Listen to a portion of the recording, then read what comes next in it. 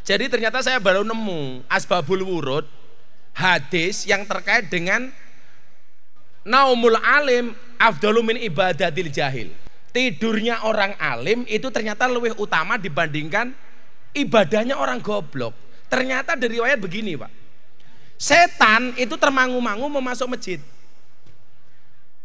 Nabi bertanya kepada setan, "Setan, kok kamu mau masuk masjid maju mundur itu ada apa?" Di situ ada orang goblok yang sedang sholat, ada orang alim yang sedang tidur. Saya khawatir kalau masuk masjid akan membangunkan tidurnya orang alim. Jadi kalau ada orang alim tidur sama orang soleh goblok, ada orang alim tidur sama orang sholat goblok, orang goblok sholat, itu yang digoda oleh setan, tidurnya orang alim apa sholatnya orang goblok? Tidurnya orang alim. Kalau sholatnya orang goblok, gak usah digoda, sholatnya sudah salah. Maka yang digoda siapa? Tidurnya orang alim jangan sampai bangun. Kenapa? Karena kalau sampai bangun dia akan membenarkan sholatnya orang goblok. Maka di situ kemudian muncul hadis naumul alim khairum min ibadatil jahil. Bu, contoh nabi yang alim dan nabi yang soleh. Nabi Dawud. Nabi Dawud itu tipologi nabi yang alim apa soleh? Soleh. Nabi Sulaiman anaknya itu alim apa soleh? Alim. Ayatnya apa boleh? Fafahamnaha Sulaiman. Bukan fafahamnaha Dawud. Kenapa? Karena yang alim itu Sulaiman bukan Dawud. Nabi Dawud itu soleh. Kenapa kalau minta doa kepada orang soleh, Pak? Orang soleh itu nggak pernah suudon, husnudon tok. Soalnya apa? Orang kakean mikir, percaya tok. Makanya banyak kiai kok suka ditipu, jangan-jangan dia soleh atau goblok, gitu loh. Kita kasih contoh, Bu, kehebatan Nabi Sulaiman soal kealiman. Bagaimana ceritanya? Setelah minum degan yang berikut ini. Sedang viral di media sosial, Gus Miftah mutah-mutah. Disantet supaya berhenti dakwah, mutah-mutah darah. Anak baik. Iki enak bora. Nanti engko inyong mutah maning. Kayaknya saya kalau mutah bukan karena air degannya, tapi lihat wajahnya Pak Lurah.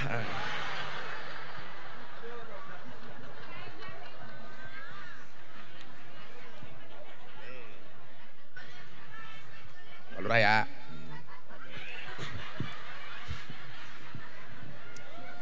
Ini kan saya baru menjelaskan manawabi aslafuna solihun. Wong soleh itu kayak apa, wong alim itu kayak apa. Zaman Nabi Dawud, lah iki pasone. Goblok kok tukang sone iki. Iki pas iki mau atos banget mau. Jangan dora adek maning ya. Iki pas ini. Iki nyamuk banci iki.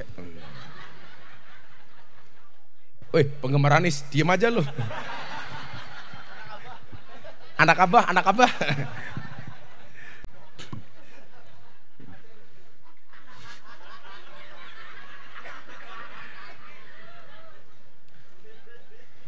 Sudah dibantu malaikat kok kalah.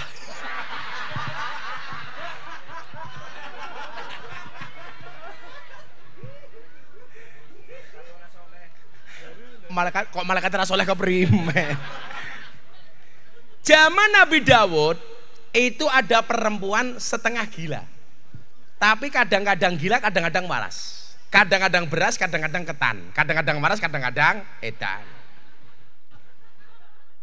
Hamil, meteng, ngandut, bobot. Bahasa Tegalnya apa? Meteng. Itulah bedanya tiang listrik sama tiang jaler. Tiang listrik madangi, tiang jaler metengi.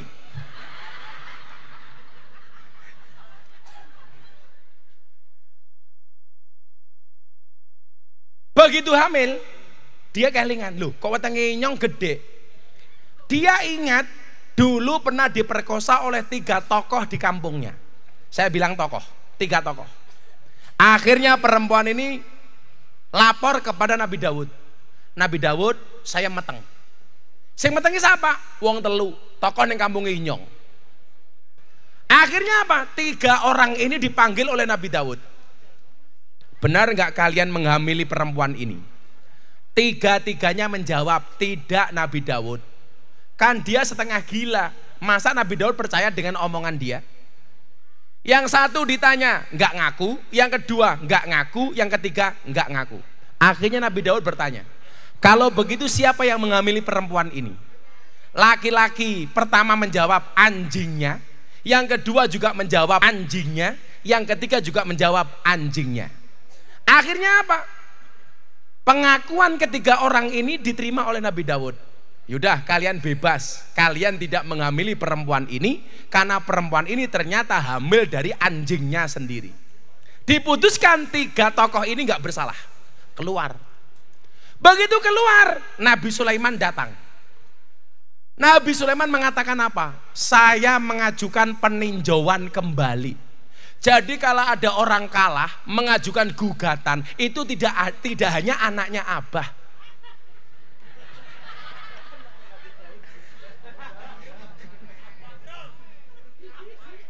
Abah. Hai Abah Hanis.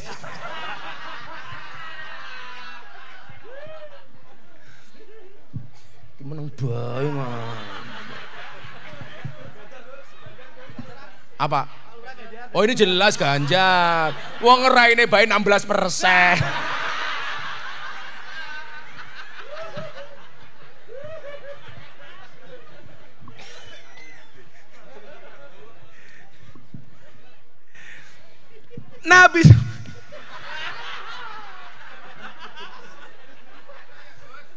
Nabi Sulaiman banding Pak Lurah. Inyong ora percaya.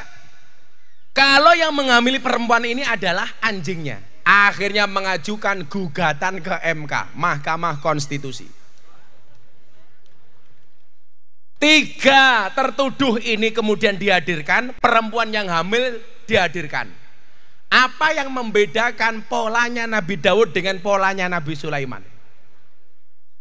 Kalau tadi 3 orang ini disidang bareng, oleh Nabi Sulaiman disidang sendiri-sendiri, dipanggil satu-satu.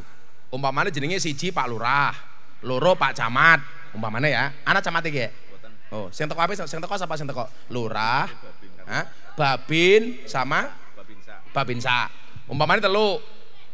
Tersangkane umpamanya Lurah, Babin, Babinsa. Ini yang tertuduh menghamili perempuan tadi itu.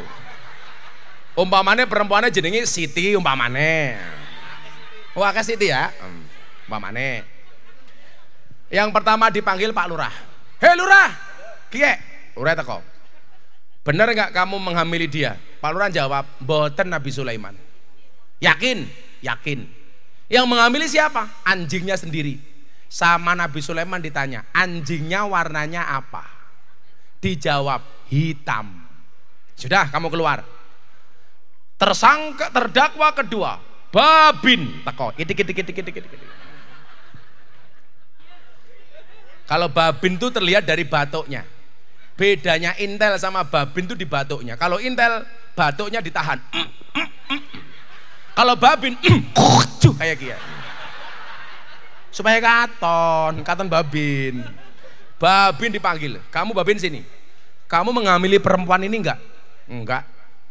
Dia yang menghamili siapa? Anjingnya sendiri. Warnanya apa anjingnya? Putih.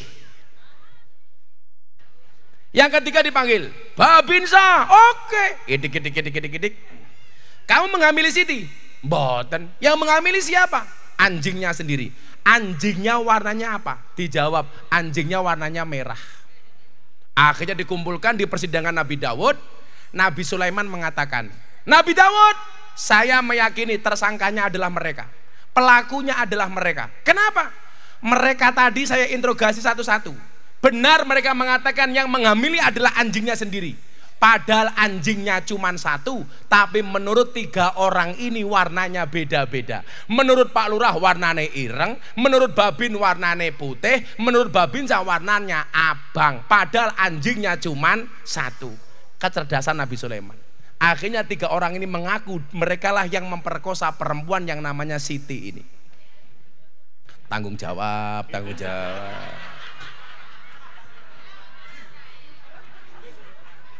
Pilih. Alim. Nabi Sulaiman. Satu lagi. Bu, Pak. Pernah dengar cerita Sugro sama Kubro? Kubro sama Sugro ini kakak adik. Kubro itu kakaknya, Sugro itu adiknya. Sama-sama menikah, sama-sama hamil. Begitu melahirkan, dibawa pulang masing-masing. Bayi itu kan wajahnya sama Bu, mirip. Makanya kenapa di rumah sakit itu dikasih gelang supaya tidak tertukar. Atau bisa jadi Pak Lurah sama saya tertukar nasibnya. Yang satu nasibnya pendukung Prabowo, yang satu Ganjar.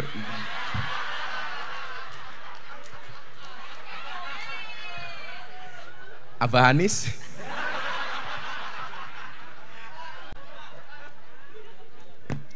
Kalem bae ya, apa-apa. Sugro sama Kubro ini Bu, bayinya dibawa ke hutan, digendong. Mereka berburu. Bayinya ditinggal. Ternyata salah satu bayinya dimakan harimau. Bayinya tinggal satu tok. Rebutan Kubro sama Sugro. Anakku, anak inyong, anak inyong. Anaknya digendong sama Sugro. Karena nggak ketemu solusi, bayinya dibawa ke pengadilan Nabi Daud.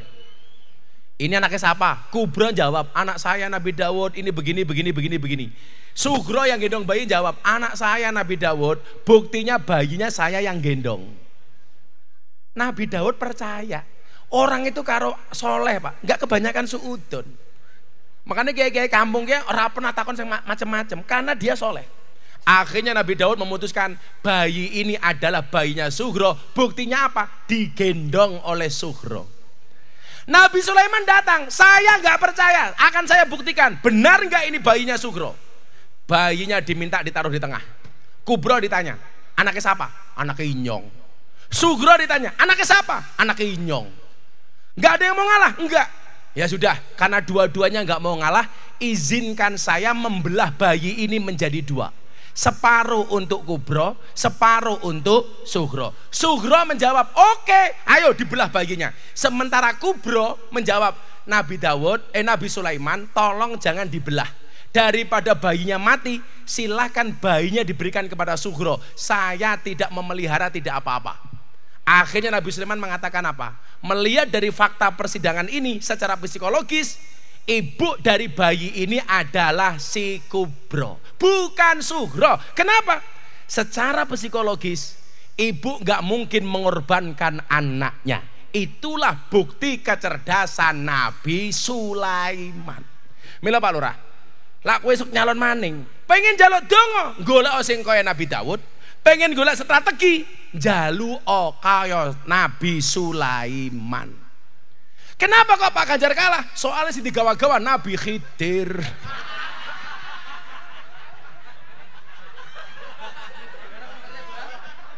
Gimana komentarnya Abah Hanis? Sumpah seneng banget aku ya. Menang baik.